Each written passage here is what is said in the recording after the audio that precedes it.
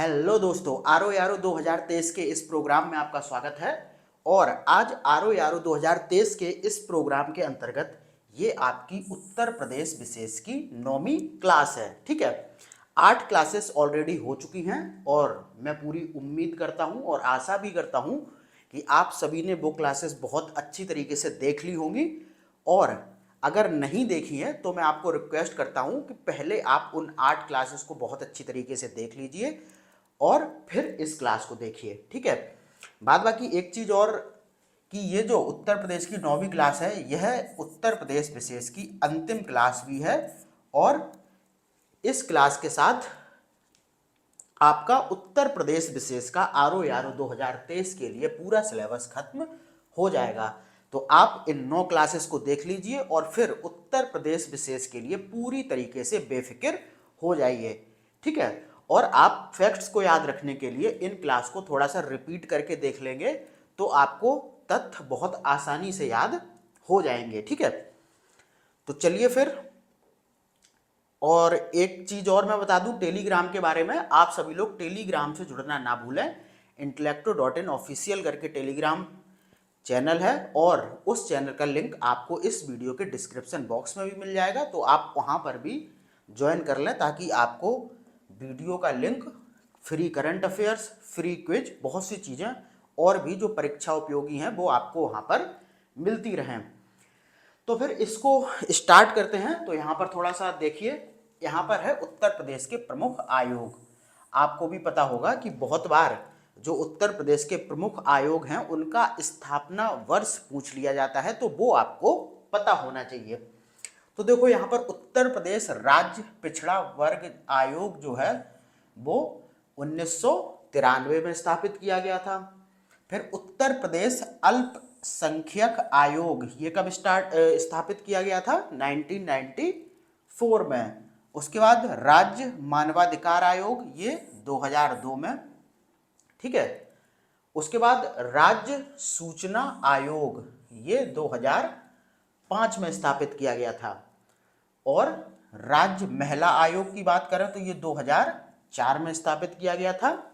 और राज्य आपदा प्रबंधन प्राधिकरण कब स्थापित किया गया था? 2005 में।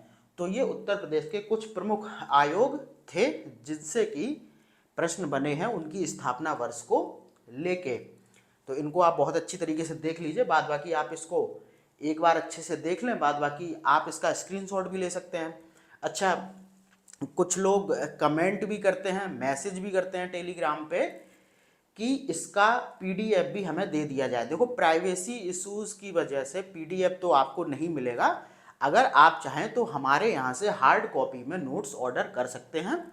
और नोट्स को ऑर्डर करने के लिए मैं आपको एक नंबर दे देता हूँ, इसको आप लोग नोट कर लीजिए।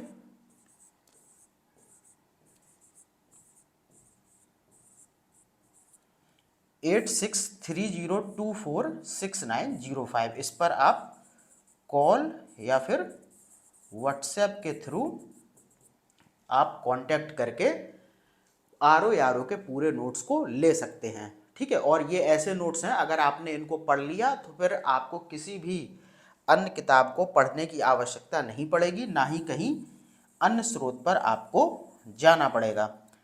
ठीक है, तो मैंने ये बता दिया भाई, पीडीएफ तो नहीं मिलेगी, लेकिन अगर आप अपना जो रिजल्ट है वो सकारात्मक चाहते हैं तो आप हमारे यहाँ से नोट्स को ऑर्डर कर सकते हैं। डिटेल आपको दे दी गई है कि कैसे ऑर्डर करना है। तो ये हो गए उत्तर प्रदेश के प्रमुख आयोग के स्थापना वर्ष। अब आप बात देखो करते हैं स्मार्ट सिटीज की, जो भारत सरकार 100 स्मार्ट सिटी बना रही है। आपको पता ही होगा, बहुत पहले की योजना है। तो बहुत बार क्वेश्चन उसमें से पूछ लिया जाता है कि इसमें उत्तर प्रदेश के कितने शहरों को स्मार्ट सिटीज के अंतर्गत विकसित करने के लिए शामिल किया गया है। तो देखो, मुरादाबाद, अलीगढ़, सहारनपुर, बरेली, झांसी, कानपुर, प्रयागराज, लखनऊ, वाराणसी, गाजियाबाद, आगरा और रामपुर। ठीक है, उत्तर प्रदेश के इतने शहरों को स्मार्ट सिटी के रूप में विकसित किया जाएगा। और आप इनको बहुत अच्छी तरीके से देख लें क्योंकि क्वेश्चन इसमें से एक आध दो बार इस तरीके से पूछा गया है कि इनमें से कौन सा स्मार्ट सिटीज प्रोग्राम के अंतर्गत शामिल नहीं है। तो इसका मतलब आपको पता होना चाहिए कि कौन कौन सा शहर शामिल है, तभी आप इस तरीके के प्रश्नों का बहुत सटीक उत्तर दे पाएंगे। तो ये बात हो गई उत्तर प्रदेश में स्मार्ट सिटीज की। अब देखो आगे बढ़े तो थोड़ा सा हम लोग बात कर लेते हैं राष्ट्रीय राजधानी क्षेत्र यानी कि एनसीआर की, नेशनल कैपिटल रीजन। जो दिल्ली के आसपास वाला क्षेत्र है उसको राष्ट्रीय राजधानी क्षेत्र कहते हैं। और ये हम लोगों को थोड़ा सा इसलिए पढ़ना जरूरी हो जाता है क्योंकि इसमें उत्तर प्रदेश का भी कुछ भाग यानी कि कुछ जिले शामिल हैं। तो देखो एनसीआर का पूरा नाम नेशनल कैपिटल रीजन है, ठीक है, राष्ट्रीय राजधानी क्षेत्र। और यह कौन सा क्षेत्र है? जो दिल्ली से सटा हुआ है यानी कि दिल्ली के आसपास वाला क्षेत्र। और इस एनसीआर में यानी कि इस दिल्ली के आसपास जो क्षेत्र है एनसीआर, नेशनल कैपिटल रीजन वाला, उसमें 3 राज्यों के क्षेत्रों को शामिल किया गया है, उत्तर प्रदेश, हरियाणा और राजस्थान। ठीक है, अब उत्तर प्रदेश का कौन कौन सा जिला इसमें शामिल है ये आपको एग्जैक्ट क्लियर होना चाहिए। तो देखो गाजियाबाद सभी को पता होगा, गौतम बुद्ध नगर जिसे कि नोएडा बोलते हैं, उसके बाद बागपत, मेरठ, बुलंदशहर, हापुड़, मुजफ्फरनगर और शामली। तो इस तरीके से ये जिले शामिल हैं। बाद बाकी इनकी संख्या भी देख लेते हैं, 1 2 3 4 5 6 7 8, क्योंकि बहुत बार सीधी सीधी संख्या भी पूछ ली जाती है कि उत्तर प्रदेश के कितने जिले एनसीआर में शामिल हैं। तो 8 जिले शामिल हैं। मैं फिर से रिपीट कर देता हूं, गाजियाबाद, गौतम बुद्ध नगर जिसे कि हम नोएडा के नाम से जानते हैं, बागपत, मेरठ, बुलंदशहर, हापुड़, मुजफ्फरनगर और शामली। तो इस तरीके से ये 8 जिले राष्ट्रीय राजधानी क्षेत्र में उत्तर प्रदेश के शामिल हैं। ठीक है, और इस एनसीआर में 3 राज्यों का क्षेत्रफल आता है, उत्तर प्रदेश, हरियाणा और राजस्थान। और यहाँ पे शायद लिखा नहीं है, हरियाणा के इसमें 17 जिले आते हैं और राजस्थान के 2 जिले। ठीक है, तो 8 जिले कहाँ के? उत्तर प्रदेश के, 17 जिले हरियाणा के और राजस्थान के 2 जिले। लेकिन उत्तर प्रदेश के जिलों को आप अच्छी तरीके से देख लीजिए, ये भले ही ना पूछा जाए लेकिन ये बिल्कुल पूछा जा सकता है। ठीक है, उसके बाद देखो अभी आप बात कर रहे थे राष्ट्रीय राजधानी क्षेत्र की, अब उत्तर प्रदेश राज्य राजधानी क्षेत्र। अब आप सोच रहे होंगे ये कहाँ से आ गया? तो हाल ही में जो उत्तर प्रदेश की योगी सरकार है उसने एनसीआर यानी कि नेशनल कैपिटल रीजन की तर्ज पर एससीआर, ठीक है, स्टेट कैपिटल रीजन को विकसित करने की घोषणा की है। और अब थोड़ा सा इसको देखना पड़ेगा कि इसमें से कौन कौन जिलों को शामिल किया जाएगा। तो देखो उत्तर प्रदेश दिल्ली राष्ट्रीय राजधानी क्षेत्र की तर्ज पर लखनऊ राज्य राजधानी क्षेत्र यानी कि स्टेट कैपिटल रीजन को विकसित करना चाहता है और हाल ही में इसकी घोषणा की गई है।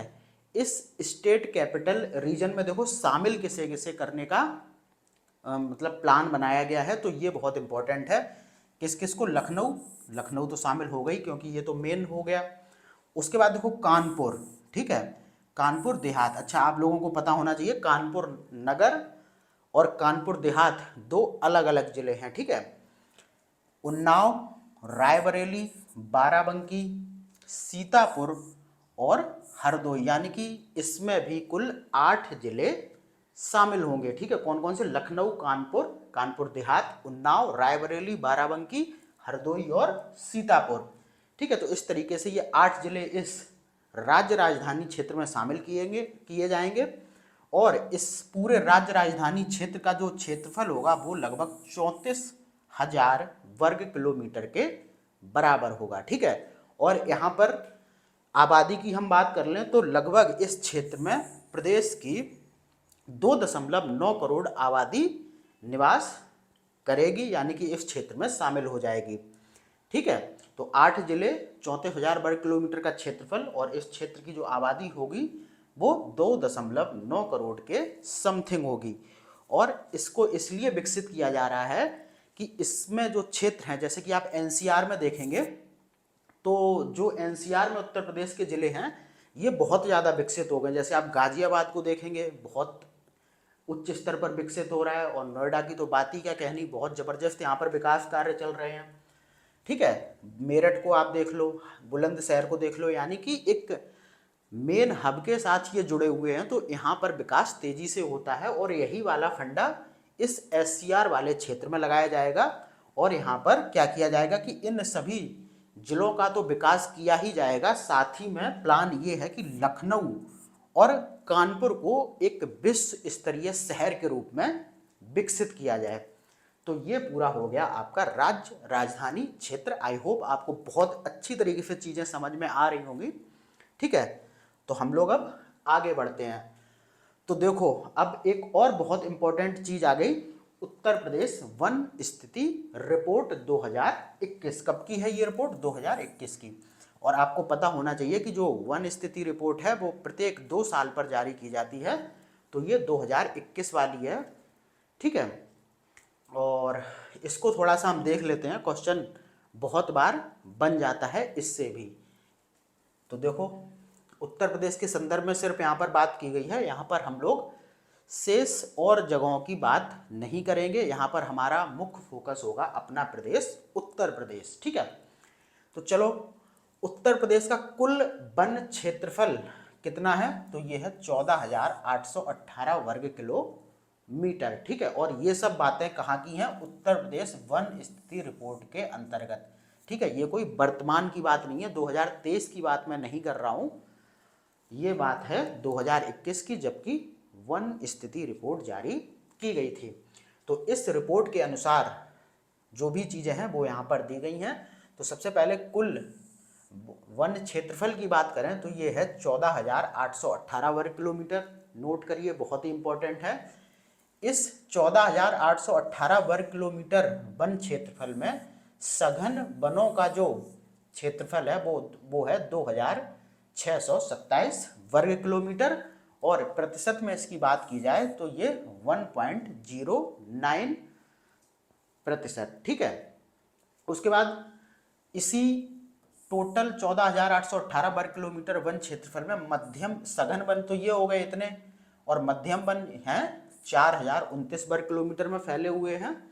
ये वनों की श्रेणी होती है, सघन बहुत घने, मध्यम सघन थोड़े कम, और खुले। ठीक है, ये 3 श्रेणियां होती हैं, ये आपको याद रखनी है और क्वेश्चन इनसे बन जाते हैं। तो मध्यम सघन वन की बात करें तो 4,029 वर्ग किलोमीटर में ये फैले हुए हैं, और ये इस वाले के 1.67% हैं। उसके बाद खुले वन की बात करें तो ये 8,162 वर्ग किमी में फैले हुए हैं, और ये 3.39% की मात्रा में है। ठीक है, उसके बाद देखो, अगर आपसे क्वेश्चन पूछ लिया जाए कि उत्तर प्रदेश के भौगोलिक क्षेत्रफल में वन आवरण का प्रतिशत कितना है, तो कितना हो जाएगा? 6.15% या फिर प्रतिशत। ठीक है, उसके बाद देखो 2019 में रिपोर्ट जारी की गई थी, और फिर 2021 में। मैंने आपको बताया कि ये जो वन स्थिति रिपोर्ट है ये 2 वर्ष में एक बार जारी की जाती है। तो जो 2019 वाली रिपोर्ट थी, अगर हम थोड़ा सा उससे तुलना करें तो 2019 की तुलना में वन क्षेत्रफल में बदलाव कितना आया है? 12 वर्ग किमी का, और ये बढ़े हैं 12 वर्ग किमी। ठीक है, और अगर 2019 की तुलना में प्रतिशत बदलाव की बात करें, ये तो वर्ग किमी में बदलाव है। ठीक है, जो ये वाला है, और अगर हम लोग प्रतिशत की बात करें तो 0.08% का बदलाव हुआ है। ठीक है, और ये बढ़े हैं। ठीक है, प्लस इसीलिए लगा हुआ है। उसके बाद देखो, वनों की सर्वाधिक वृद्धि कहाँ पर हुई है? सहारनपुर में। ठीक है, और सर्वाधिक कमी कहाँ पर हुई है? सोनभद्र में। कितनी सहारनपुर में वृद्धि हुई है? 49.92 वर्ग किलोमीटर, और सोनभद्र में कमी कितनी हुई है? 103 वर्ग किलोमीटर। ठीक है, तो इतना याद रखना है यहाँ पर। अगर आप ये डाटा याद नहीं रखना चाहते हैं तो इतना जरूर याद रखें कि 2019 से 2021 के बीच में वनों की सर्वाधिक वृद्धि सहारनपुर में हुई है, और सर्वाधिक कमी कहाँ पर हुई है? सोनभद्र में। उसके बाद देखो, ये मोस्ट इंपॉर्टेंट है, जो ये आपको रेड वाले दिख रहे हैं, मोस्टली क्वेश्चन यही पूछे जाते हैं। एक तो ये पूछा जाएगा, ठीक है, उत्तर प्रदेश का जो टोटल भौगोलिक क्षेत्रफल है उसमें वन क्षेत्रफल कितना है, एक तो ये पूछ लिया जाता है, इसके प्रतिशत की मात्रा पूछ ली जाती है। दूसरा ये हो गया सर्वाधिक वृद्धि सर्वाधिक कमी वाला।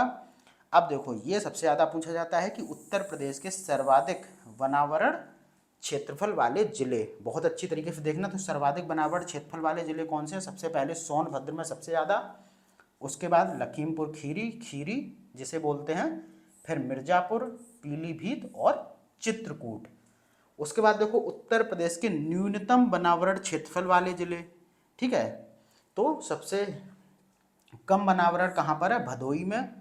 उसके बाद मऊ, मैनपुरी, संत कबीर नगर और फिर देवरिया।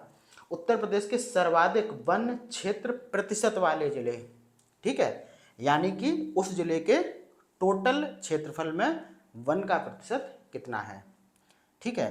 तो सोनभद्र उसमें भी आगे है, फिर चंदौली, चित्रकूट, पीलीभीत, श्रावस्ती, ठीक है। उसके बाद न्यूनतम वन क्षेत्र प्रतिशत वाले जिले संत रविदास नगर, मैनपुरी, देवरिया, बदायूं, मऊ, ठीक है।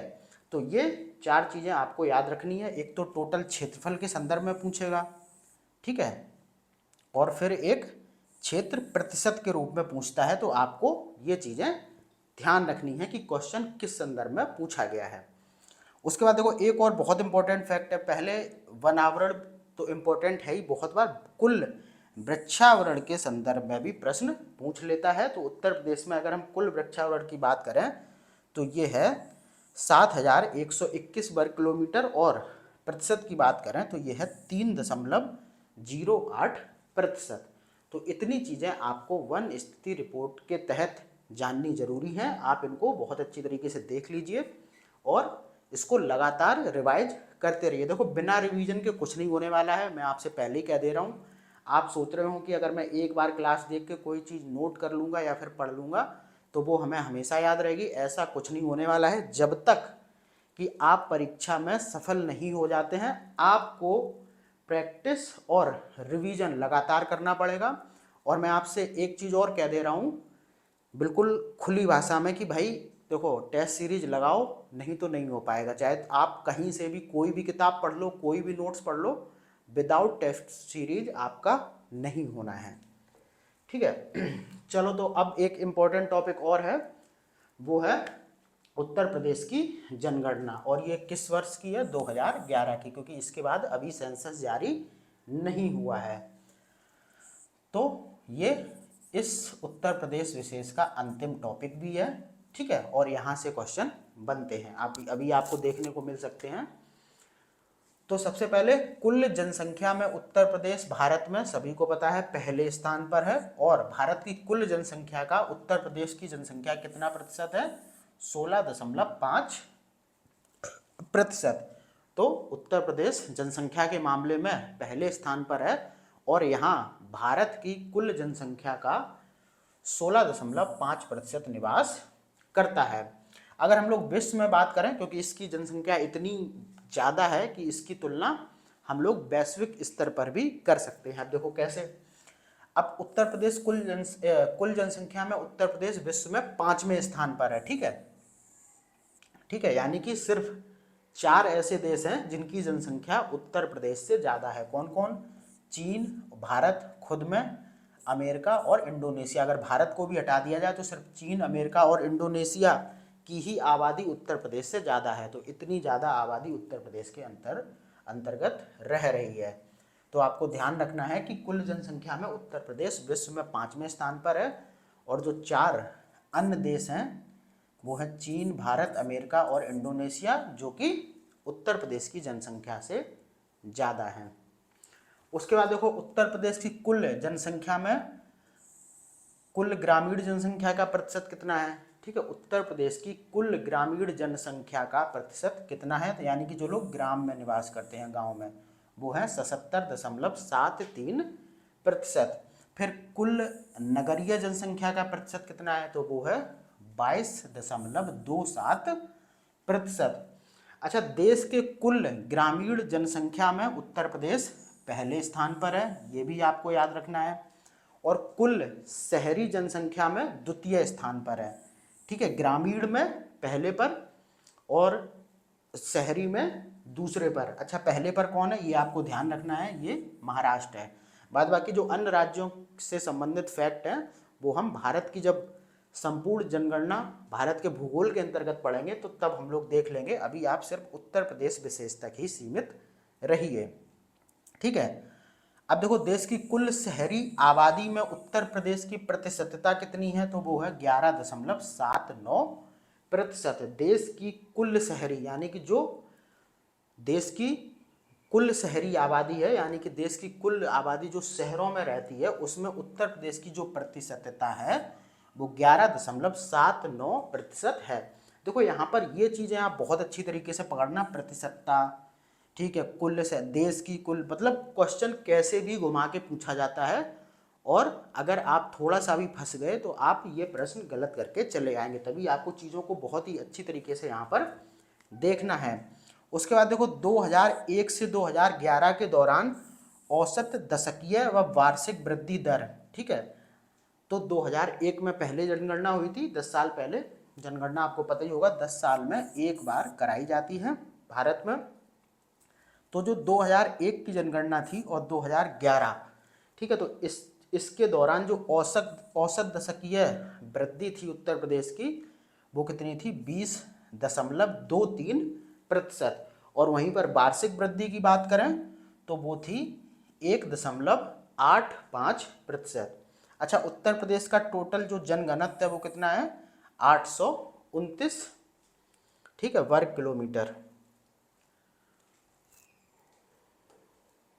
829 व्यक्ति प्रति वर्ग किलोमीटर, ऐसे होगा ये, ठीक है। तो उत्तर प्रदेश का जनघनत्व आपको याद रखना है, बहुत बार इसको पूछा गया है।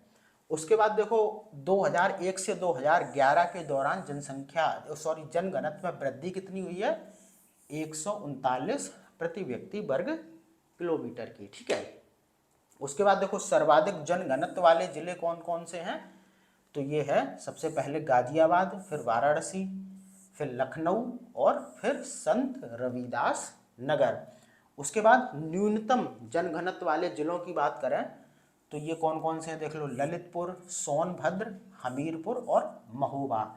जनघनत्व का मतलब आप लोग समझ ही रहे होंगे कि एक वर्ग किलोमीटर में कितने लोग निवास करते हैं, ठीक है। तो गाजियाबाद सबसे ज़्यादा इस मामले में आगे है कि वहाँ पर बहुत ज़्यादा पॉपुलेशन है और बहुत कम जगह में बहुत ज़्यादा लोग रहते हैं, आप इसको ऐसे पकड़िए, ठीक है। तो सर्वाधिक जनघनत्व वाले जिले हो गए गाजियाबाद टॉप पर, फिर वाराणसी, फिर लखनऊ, फिर संत रविदास नगर, और सबसे कम जनघनत्व वाले जिले हैं ललितपुर, सोनभद्र, हमीरपुर और महोबा। उसके बाद देखो उत्तर प्रदेश का लिंगानुपात कितना है, तो वो है 912।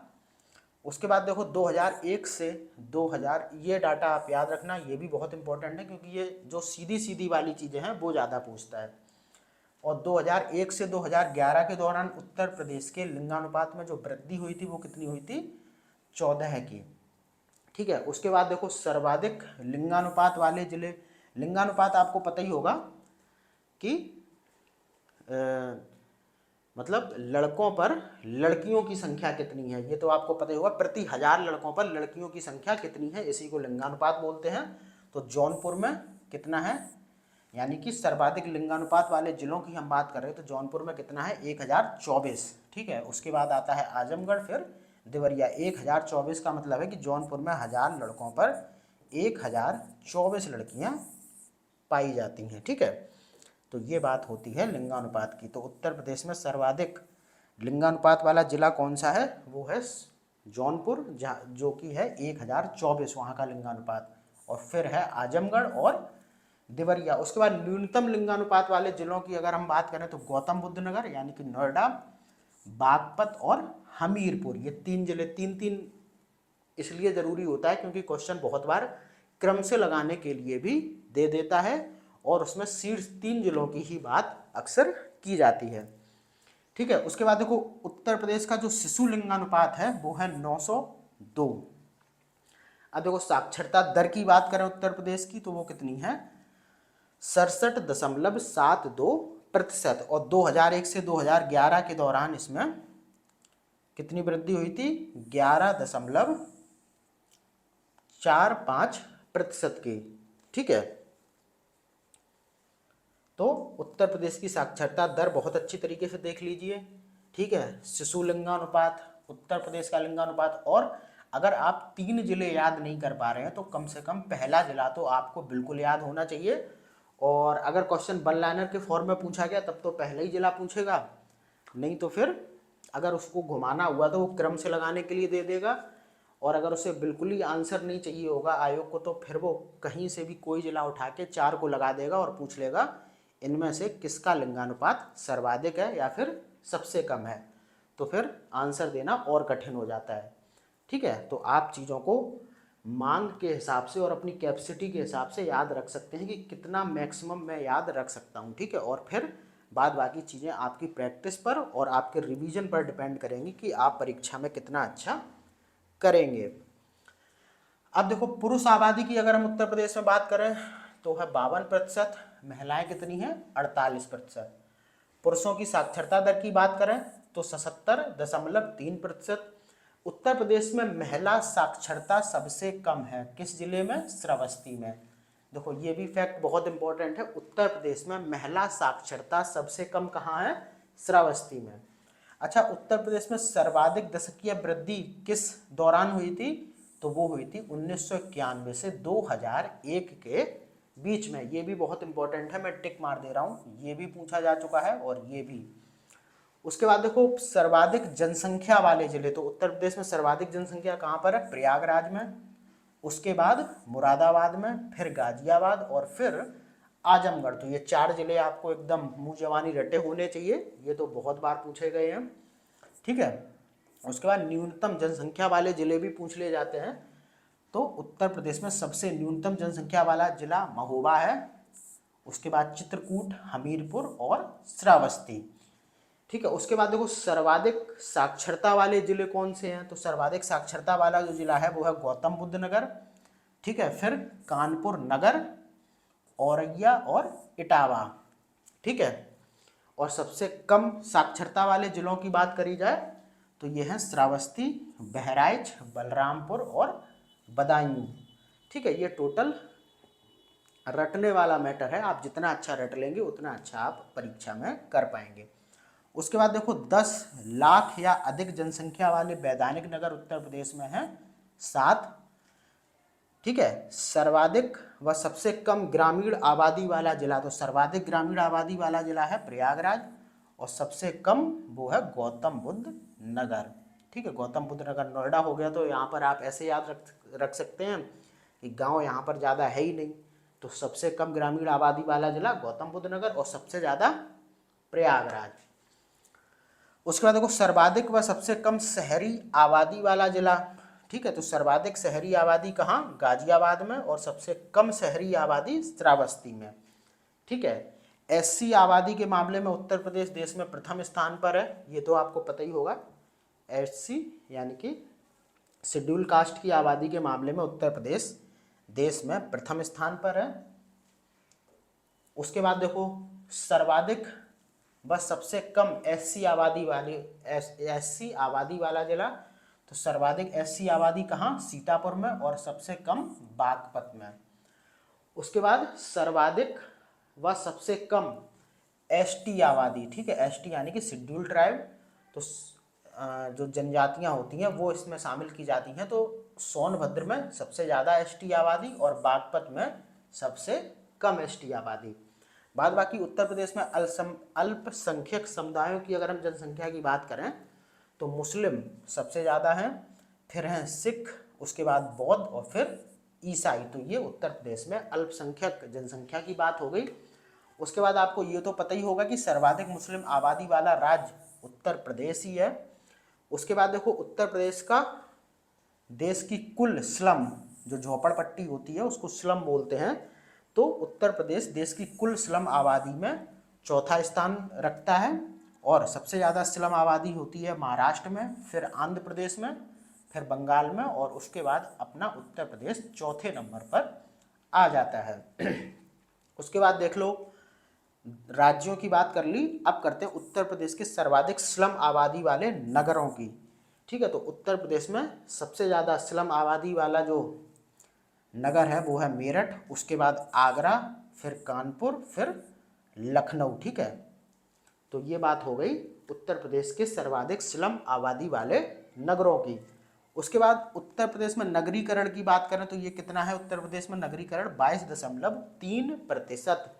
ठीक है, और उत्तर प्रदेश में कुल नगर कितने हैं, 915। ठीक है, ये याद रखना, ये फैक्ट पूछा गया है कि उत्तर प्रदेश में कुल नगर कितने हैं, 915। इसमें वैधानिक नगर जो हैं वो 648 हैं और जनगणना नगर 276 हैं। वैधानिक नगर जहाँ पर कि कोई नगर वो स्थानीय निकाय हो, यानी कि नगर निगम या फिर नगर पालिका या फिर नगर पालिका समिति, उनको वैधानिक नगर कहा जाता है। तो ये कितने हैं उत्तर प्रदेश में, 668 और जनगणना नगर 267। तो टोटल उत्तर प्रदेश में नगर है 915। अब देखो उत्तर प्रदेश में 1 से लेकर 10 लाख जनसंख्या वाले वैधानिक नगरों की संख्या कितनी है, 64। उत्तर प्रदेश में 1 से 10 लाख जनसंख्या वाले वैधानिक नगरों की संख्या है 64। इसको याद कर लीजिए, ये फैक्ट पूछा जा चुका है। बाद बाकी मैंने आपको ये तो बता ही दिया। वैधानिक नगर क्या होते हैं, जहाँ पर कि कोई नगर निकाय हो, चाहे वो नगर पालिका हो, चाहे वो नगर निगम हो या फिर नगर पालिका समितियाँ हो। ठीक है, अब देखो उत्तर प्रदेश में 10 लाख से अधिक नगरीय जनसंख्या वाले जिलों की संख्या कितनी है, वो है 12। 10 लाख से अधिक नगरीय जनसंख्या वाले जिलों की संख्या हो गई 12। उसके बाद देखो जब हम लोग जनजातियों को पढ़ रहे थे तो वहाँ पर ये तो हमने देख लिया था कि उत्तर प्रदेश में निवास करने वाली सबसे बड़ी जनजाति जो है वो है गोंड। लेकिन वहाँ पर एक फैक्ट मिस था कि जनसंख्या की दृष्टि से राज्य की सबसे छोटी जनजाति कौन है, तो वो है बन रावत। ठीक है, और सबसे बड़ी कौन सी थी, ये आपको याद ही होगा, पिछली वीडियो में आपने देखा था, तो सबसे बड़ी थी गोंड। ठीक है, फिर देखो 2011 की जनगणना में उत्तर प्रदेश की कुल आबादी कितनी थी, 9.5%। ठीक है, बाद बाकी आपने स्लम आबादी वाले नगरों की बात करी ली है। बस यहाँ पर आपको ये देखना है कि उत्तर प्रदेश की कुल आबादी में कुल स्लम आबादी कितनी थी, तो वो थी 9.5%। उसके बाद देखो राज्य में यानी कि उत्तर प्रदेश में सर्वाधिक स्लम आबादी वाले 3 जिले, अभी आपने नगर देखे ही थे तो वहीं से आप इसको एडजस्ट कर लीजिए, मेरठ, आगरा और कानपुर नगर। चौथा कौन था, लखनऊ। ठीक है, देश में सर्वाधिक स्लम आबादी वाले 3 राज्य, अच्छा ये फैक्ट लगता है दोबारा से रिपीट हो गए, फिर भी देख लो, महाराष्ट्र, आंध्र प्रदेश और पश्चिम बंगाल। ठीक है, चौथे पे अपना उत्तर प्रदेश। तो इस तरीके से आपका ये उत्तर प्रदेश विशेष का पूरा सिलेबस कवर हो गया। आपने आज 1 रिपोर्ट भी देख ली। ठीक है, जनगणना 2011 भी देख ली उत्तर प्रदेश के संदर्भ में, और जो भी चीज़ें उत्तर प्रदेश से पूछी जाती हैं वो मैंने सारी आपको इन 9 वीडियो में कवर करवा दी हैं। अब ये आपका दायित्व है कि आप इसकी बहुत अच्छी तरीके से वीडियो को देखें और उनका लाभ लें, क्योंकि इसका कोई पैसा आपसे लगने वाला नहीं है। तो आप इनको बहुत अच्छी तरीके से देखिए और चीज़ों ना समझ में आए तो बार बार इन वीडियो को चला के आप रिपीट मोड में रिवीजन कीजिए। तो फिर इसके बाद हम लोग क्या करेंगे, जीएस का मैं कोई नया सब्जेक्ट लेकर आपके सामने आऊँगा। तो फिर मिलते हैं अगली वीडियो में, तब तक के लिए धन्यवाद।